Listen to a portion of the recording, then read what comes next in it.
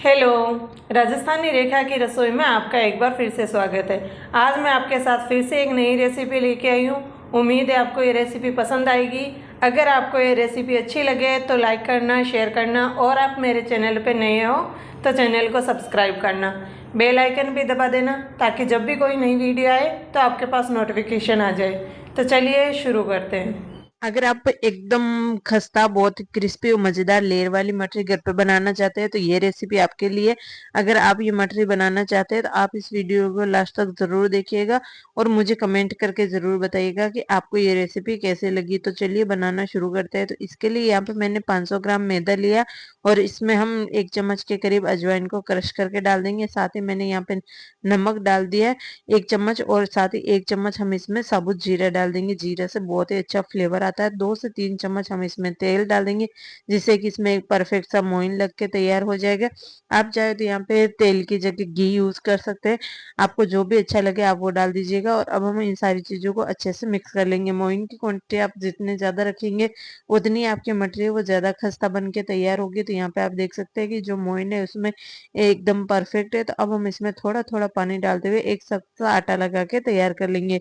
ध्यान रखना है कि आटे को हमें सॉफ्ट नहीं रखना, जैसे बाटी के लिए आटा लगाते हैं एकदम टाइट सा, बिल्कुल वैसा ही आटा लगा के तैयार करना है, क्योंकि आटे को हम 10 मिनट के लिए रेस्ट के लिए छोड़ेंगे तब तक वो हल्का सा सॉफ्ट हो जाएगा। इसीलिए आपको टाइट सा आटा लगा के तैयार कर लेना है। तो यहाँ पे मैंने आटा लगा दिया और अब हम इसे ढक के 10 मिनट के लिए छोड़ देंगे। तो यहाँ पे मैंने 10 मिनट के लिए आटे को छोड़ दिया और अब हम एक गोल बना के तैयार कर लेंगे। तो मैंने यहाँ पे 2 चम्मच मैदा ले लिया, इसमें 2 चम्मच ही हम तेल डाल देंगे और इसका एक पतला सा गोल बना के तैयार कर लेंगे। इससे जो हमारी मटरी बनेगी वो एकदम लेयरदार बनेगी और खस्ता बनेगी। तो यहाँ पे मैंने अच्छे से मैदे और तेल को मिक्स कर लिया। आप चाहे तो इस गोल को घी से भी बना सकते हैं। मैंने यहाँ पे तेल से बना के तैयार किया और यहाँ पे आटे को रखे हुए लगभग 15 मिनट हो गए। तो एक बार आटे को हम मसल लेते हैं जिससे कि अच्छे से सॉफ्ट हो जाएगा और उसके बाद हम इसकी छोटी छोटी लोइयां बना के तैयार कर लेंगे। जैसे हम पूरी के लिए बनाते हैं ना, बिल्कुल वैसी ही लोई बना के तैयार करनी है। और यहाँ पे आप देख सकते हैं जब आटे को लगाया था तब ज्यादा सख्त था, लेकिन अभी 10 मिनट के लिए छोड़ दिया ना तो हल्का सा आटा हमारा सॉफ्ट हो गया। इसी तरह से हमें एकदम परफेक्ट आटा लगा के तैयार करना है। अगर आपने गीला आटा लगा दिया या फिर हल्का सा भी आटा सॉफ्ट लगाया तो बाद में ये और ज्यादा गीला हो जाएगा और फिर जो आपकी मटरी बनेगी ना उनमें मॉइस्चर आ जाएगा। उस टाइम तो आपको परफेक्ट लगेगी लेकिन बाद में उनमें सीलन आ जाएगी। इसीलिए आपको ध्यान रखना है कि आटा आपको थोड़ा सा टाइट ही लगा के तैयार करना है। तो मैंने यहाँ पे 4 लोई बना के तैयार कर लिए। अब हम लोई को सूखे मैदे में कोट कर लेंगे और इसे बिल्कुल पतला सा बेल के तैयार कर लेंगे। जैसे हम रोटी बेलते हैं ना, बिल्कुल उसी साइज का इसको बेल के तैयार कर लेना। आप जितना पतला बेल सकते हैं उतना पतला आप इसे बेल के तैयार कर लीजिएगा। और यहाँ पे आपको थोड़ा सा इस रोटी को बेलने में प्रॉब्लम हो सकती है क्योंकि ये आटा थोड़ा सा सख्त है। तो आप किसी की हेल्प ले सकते हैं या फिर थोड़ा रुक रुक के बेल के तैयार कर सकते हैं। तो यहाँ पे मैंने एक रोटी वो बेल के तैयार कर लिया और इसी तरह से हम बाकी की सारी लोइयां वो बेल के तैयार कर लेंगे। तो यहाँ पे मैंने पूरे आटे की लोइयां बना के उनकी पतली पतली सी रोटियां बना के तैयार कर लिए।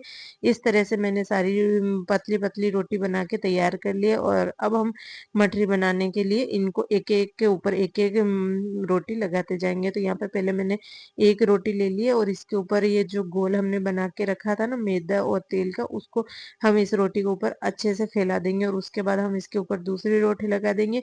इसी तरह से हम 4 रोटी लगा के इसको सेट कर लेंगे। आप अगर ज्यादा मोट थोड़ी सी मटरी में ज्यादा लेना चाहते हैं तो आप यहाँ पे 5 या 6 रोटी भी लगा के तैयार कर सकते हैं, लेकिन उसके लिए आपको थोड़ा सा चकला वगैरह बड़ा चाहिए। तो यहाँ पे मेरे पास जो चकला अवेलेबल है उससे लगभग 4 रोटी जितनी हम इसको बेल के तैयार कर सकते हैं। तो मैंने यहाँ पे 4 रोटी लगा दी है और लास्ट वाली जो रोटी है उसके ऊपर भी हम ये गोल है वो लगा के तैयार कर लेंगे और अब हम इसे फोल्ड कर लेंगे। तो जैसे पराठा बनाते हैं उसको फोल्ड करते हैं ना, बिल्कुल वैसे ही इसको फोल्ड कर लेना है। तो मैंने यहाँ पे दोनों साइड से इसको फोल्ड कर दिया और अब हम इसे बीच में से इस तरह से फोल्ड कर लेंगे जिससे कि जो मटरी है उसमें बहुत सारी लेयरिंग भी आ जाएगी और ये जो मटरी है वो अच्छे से क्रिस्पी भी हो जाएगी। तो यहाँ पे मैंने अच्छे से इसको सेट कर दिया, हल्का सा इसे प्रेस कर लेंगे और अब हम इसे के ऊपर थोड़ा सा सूखा मैदा लगा के इसे बिल्कुल पतला सा बेल के तैयार कर लेंगे। तो यहाँ पे मेरे जो चकले की साइज है उसी साइज का मैंने इसे बेल के तैयार कर लिया है। अगर आप चाहे तो किचन काउंटर पे भी इसको अच्छे से बारीक पतला सा बेल के तैयार कर सकते हैं। तो यहाँ पे मैंने इसे अच्छे से बेल दिया और अब हम इसकी मटरी काट के तैयार कर लेते हैं। तो मैं यहाँ पे इसकी रेक्टेंगल शेप में मटरी काट के तैयार कर रही हूँ। आपको जो भी शेप पसंद है आप उस शेप में मटरी काट के तैयार कर सकते हैं। तो मैंने यहाँ पे है देख सकते हैं लंबी लंबी सी इस तरह से पतली पतली जो मटरी है वो काट के तैयार कर लिया। और अब हम चलते हैं गैस की तरफ। मैंने यहाँ पे तेल पहले ही गर्म होने के लिए रख दिया था और गैस की फ्लेम मैंने यहाँ पे मीडियम रखी है। थोड़ा सा आटा डाल के चेक कर लेंगे, अगर आटा तुरंत ऊपर आ रहा है तो हमारा तेल है वो एकदम परफेक्ट गर्म है। और गैस की फ्लेम मैंने यहाँ पे मीडियम रखी है और मीडियम फ्लेम पे हम इसमें मठरी डाल देंगे। और ध्यान रखना है कि आपको गैस की फ्लेम हाई नहीं करनी है, पूरे टाइम आपको गैस की फ्लेम मीडियम ही रखनी है और मीडियम फ्लेम पे ही इनको अच्छे से फ्राई करना है, जिससे कि अंदर और बाहर तक अच्छे से क्रिस्पी हो जाए। और बीच बीच में हम इनको चलाते रहेंगे और इनका जो कलर है वो एकदम ब्राउन हो जाएगा, तब तक हमें इसको फ्राई कर लेना है। और यहाँ पे आप देख सकते हैं कि कितनी मजेदार लेयरिंग है वो इनकी हुई है और बहुत ही क्रिस्पी हमारी मटरी बनके तैयार हो जाएगी। तो यहाँ पे आप देख सकते हैं एक बैच हमारा तैयार हो गया है। तो इसे मैं एक स्टैंडर में निकाल रही हूँ ताकि इसमें जो एक्स्ट्रा ऑयल है वो निकल जाए। और उसके बाद हम इसे एक थाली या किसी प्लेट में निकालेंगे, आप चाहे तो किसी टिश्यू पेपर के ऊपर भी इनको निकाल सकते हैं। तो एक बैच हमारा मटरी का तैयार हो गया। इसी तरह से हम बाकी की जो मटरी है वो भी बना के तैयार कर लेंगे। तो यहाँ पे मैंने गैस की फ्लेम मीडियम ही रखी है और मीडियम फ्लेम पे दूसरा बैच भी डाल दिया। बीच बीच में हम इसे चलाते रहेंगे। अगर आपको कुछ और काम है तो आप साइड में कर सकते हैं, लेकिन बीच बीच में आप मटरी को जरूर चलाते रहिएगा।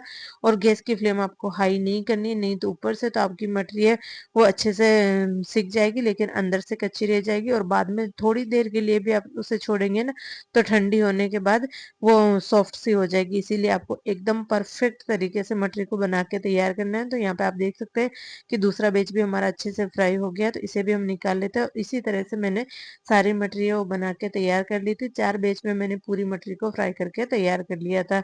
तो यहाँ पे आप देख सकते हैं बहुत ही क्रिस्पी हमारी मजेदार सी मटरी बन के तैयार हो गई है। और इनकी आप लेयरिंग देख सकते हैं कितनी मजेदार है।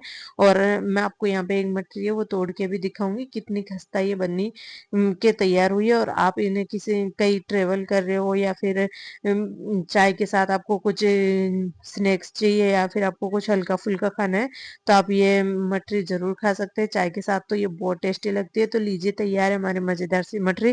तो उम्मीद है आपको ये रेसिपी पसंद आई होगी। मिलते हैं फिर से एक नई रेसिपी के साथ।